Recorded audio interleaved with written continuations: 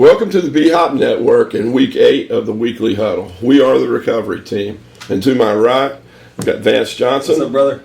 Chris Jones, McDonald Oden, and Sean Dykes. Sorry. You know, Week 8, I remember as a player, Week 8 thinking, man, halfway through. Absolutely. You know, I can remember, man, if I can just make it another 8 weeks, stay healthy. Mm-hmm. But this was such a big point in the year. You know, after training camp, after preseason games, which is, you know, that's another 6 weeks what's really right interesting, there. with it being Week 8, the teams have started to separate themselves, and now we have, 5 teams that are undefeated? Mm-hmm. And those teams are Green Bay. I know my Broncos are always undefeated. The Patriots. Mm-hmm. And the Panthers. And the Panthers, that's right. So is it something you guys thought was going to happen this year? You thought those guys were going to be the ones that were going to shine at this time of the season? Well, you always felt that, you know, you knew the Packers was going to be in the thick of things, and the Patriots also. Broncos and even Carolina is kind of, you know, it's kind of like a surprise somewhat. But there's a great team, and they're up and coming. So I'm not surprised. I think you got 4 good teams right now playing that, you know, playing great football, as a matter of fact. Mm-hmm. So now just to see what happens, how it pans out. We know somebody's going to not be undefeated after, you know, this game coming up with the Packers and the Broncos. So it's going to be interesting to see what happens in that game. And speaking of that, I was talking to the producer, you know, before the show started, and he was saying how he really felt like Green Bay and the Patriots were going to be the 2 teams in the Super Bowl this year. I have to beg to differ because I have a Denver Broncos team. They're struggling right now. Manning is hurting a little bit. I think his confidence level is down, and he's playing against a team that is playing just sky high like always. Mm-hmm. I mean, you were talking earlier, I think, Big Mac, about how the Patriots, no matter who they have playing, they're always going to show up. Yeah, the Patriots, they're a great ball club, and with Belichick and Tom Brady right now, I think it's hard for anyone to beat them when they're playing on all cylinders. So my prediction for the Super Bowl would be the Patriots playing against the Packers. Wow, you guys are killing me. Well, and you know, and we all know as players how hard it is, and how many lucky breaks, and how many injuries that you have to come back from to have a team that's actually 7-0 right now. That is just so unheard of. It's so hard to do, and things just have to go your way so much. But you're right about the Patriots. They always rise to the occasion. Yeah, you know, it's almost like they play down to the level of whoever's they're playing against. Well, I tell you though, the Jets had that game last week, Sean. I must say, if Brandon Marshall had caught that ball, they'd have been up 4 points at the end of that, and at the end of that game. Unfortunately, the ball fell in the Patriots.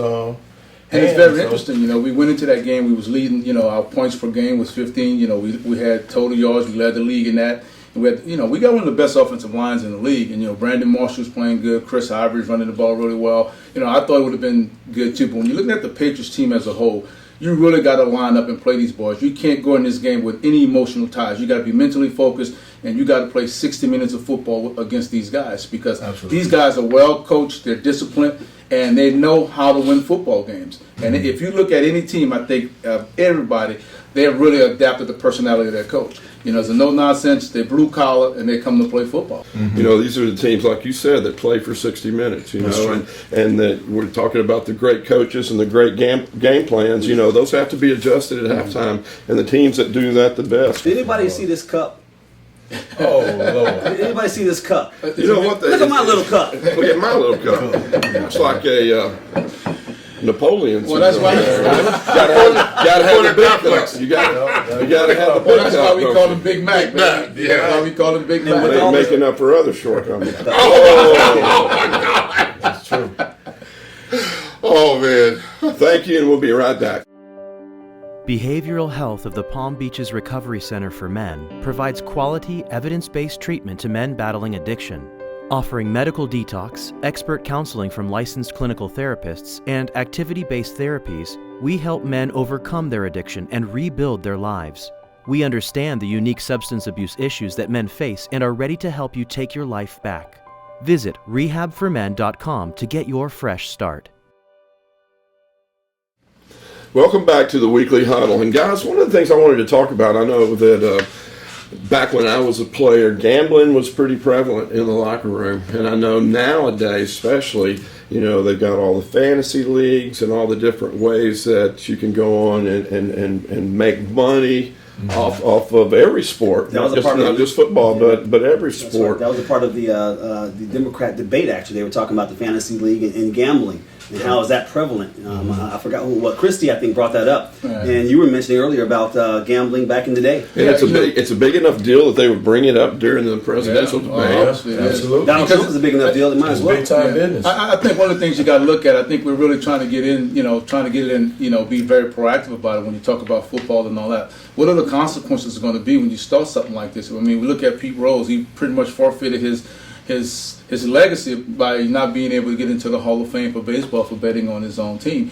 So we don't want to double standard here. I think you need to start talking about this now, so maybe we can be proactive, and the NFL can be proactive with this thing, so we don't have guys who are forfeiting their legacies in the NFL. And is that fair? Is that fair that Pete Rose can't get into the NFL, but now you got players actually can go ahead and have their own fantasy league and gamble on it?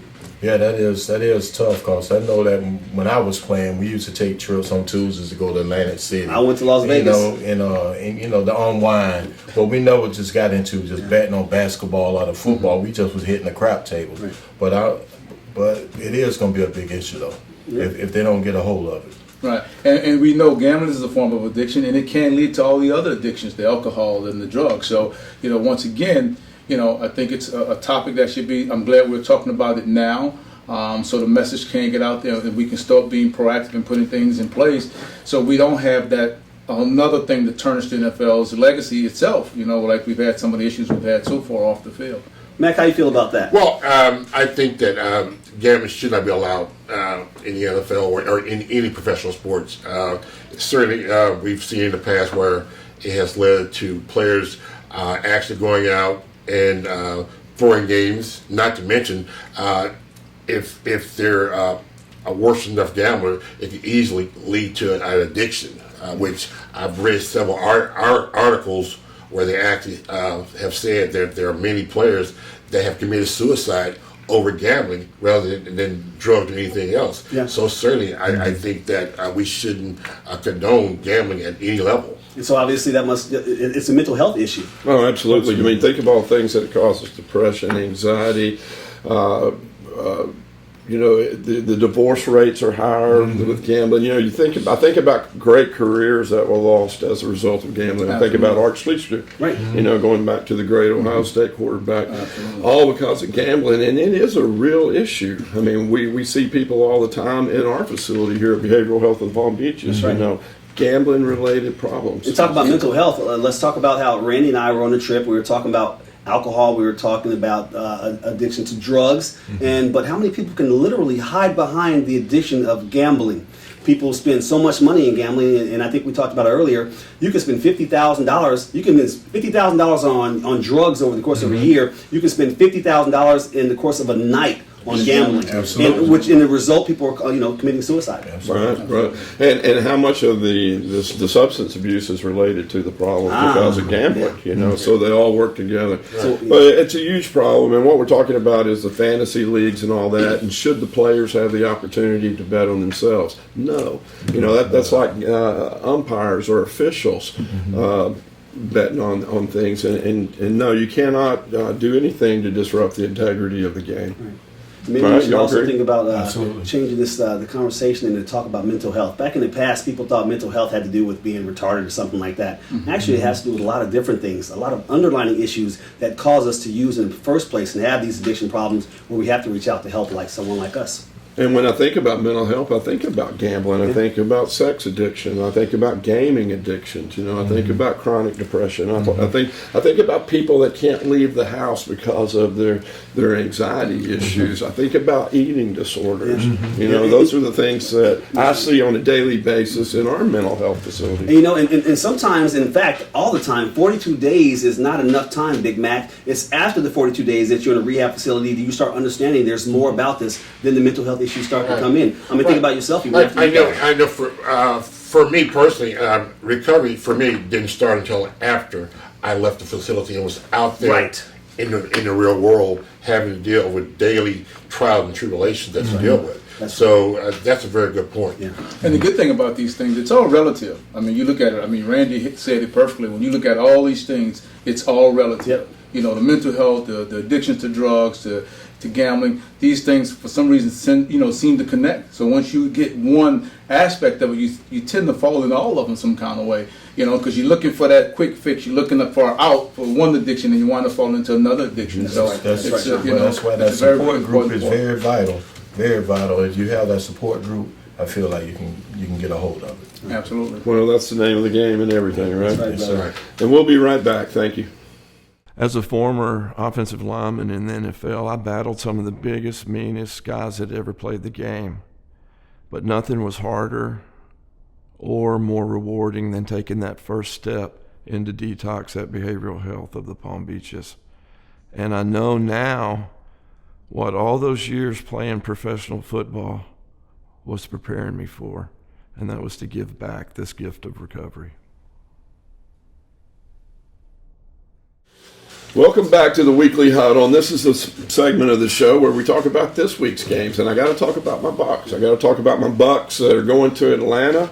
It's going to be a tough game for them. Bucs are playing better. They should have won a really tight one last week, but I like how Atlanta's playing. I like how they're coached. They've played some really good football this year. I think they're a little further along than the Bucs are right now. And as much as I hate to do it, I got to go against my Bucs this week. Ooh. This week, Atlanta's always been a tough place for us to play, and I'm excited about the game. But you know what? I'm trying to be smart. I'm trying to think. Atlanta's playing a little better football right now. How about the Browns? Well, we're playing the Cardinals this week, which they're playing good. Tough game. Cardinals playing sensational, and they're playing at Cleveland. And right now, Palmer, he's having one of his great seasons, and I don't see us being able to beat the Cardinals, whether they're at home or not. But I'm picking the Cardinals. Okay.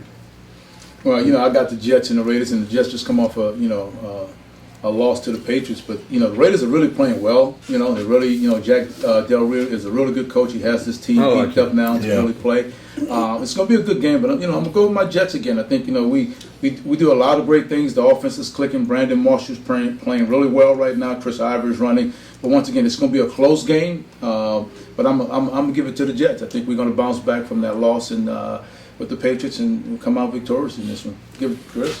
Well, my Eagles in the lab this week. Well deserved need to be in the lab for Chip Kelly can find some type of identity for this team. So you can't talk about them. Well, right now I'm going with my South Florida team that I adopted, the Miami Dolphins. That's where I see Campbell. I'm a fan of his right now. I love a coach that got that rah. And players coach. Players coach that you feel like you're hearing the players say they'll run through a brick wall for him. So you know what? I'm going for the upset tonight. I'm going on the limb. I'm going for the Dolphins. I'm riding the wave. I'm on a bandwagon That's right now. That's a good bet, man. I'm on a bandwagon. That's a good bet. I'm going with the Dolphins. Well, I've got the game of the week. We got the Denver Broncos and the Green Bay Packers, both undefeated. To me, I think both of those teams are going to be in the Super Bowl, not like our producer said, where he thought the Patriots were going to be. I'm going with the Broncos all the way. It's going to be a tough game, though. I'm a little worried about the way the Peyton's playing. I'm hoping that Gary Kubiak has a great game plan. John Elway's out there. We're going to put this thing together. We have great fans, and I really believe that we're only going to pull this thing out by maybe 3 to 4 points, but Broncos win that game. Too, You know what? I'm leading this whole thing, man. Let's see the record and see who's doing this. Well, and I like this game of the week. I love the two quarterbacks. I love the two teams. I love the heritage and legacies that go with both of them. I gotta go with my Green Bay team. I'm sorry, even though it's in Mile High Stadium, right? That's exactly it's right. It's going to be tough, but I never bet against. I can't well, wait. here we are talking about gambling. Not literally bet. Not literally bet. I just told you it was all relative, man. See that? It all connects. I never go against my Packers. They're just too good a team, too well coached, too many good players, and it's going to be a great game. I like that. Well, we got some other guys we picked too. I'm going to go with the Packers also. Arguably, I think Aaron Rodgers is the best player in the NFL. I'm going with him. He's a bad man. I'm going with the Packers to pull the upset at Mile High. Packers also. You like the Packers? Packers also. I think I'm going to go with the Broncos. I just think their defense is playing really, really well. So I think you're going to have a defensive game here. I think it's going to come down to who makes the least amount of mistakes. I think that's what it's going to come down to because you got two great defensive teams that's on the field, and that's football. We know defense wins championships, so this is going to be a championship game to me. It would just be nice to see who comes out on top. So I'm going to go with the Broncos. And that's all for this week's edition of the Weekly Huddle. And as we were talking about earlier, we here at Behavioral Health of the Palm Beaches and the Mental Health Rehab of the Palm Beaches treat all addictions and all mental health issues that we were talking about earlier. And as always, if you or anyone you know is suffering from the disease of addiction, contact us. You can get in touch with us at bhpalmbeach.com. We all have Facebook pages, right? Yes. Athletes in Recovery. There's a lot of ways to get in touch with us, but get in touch with us. Don't let it go any longer. Don't bury your head in the sand any longer.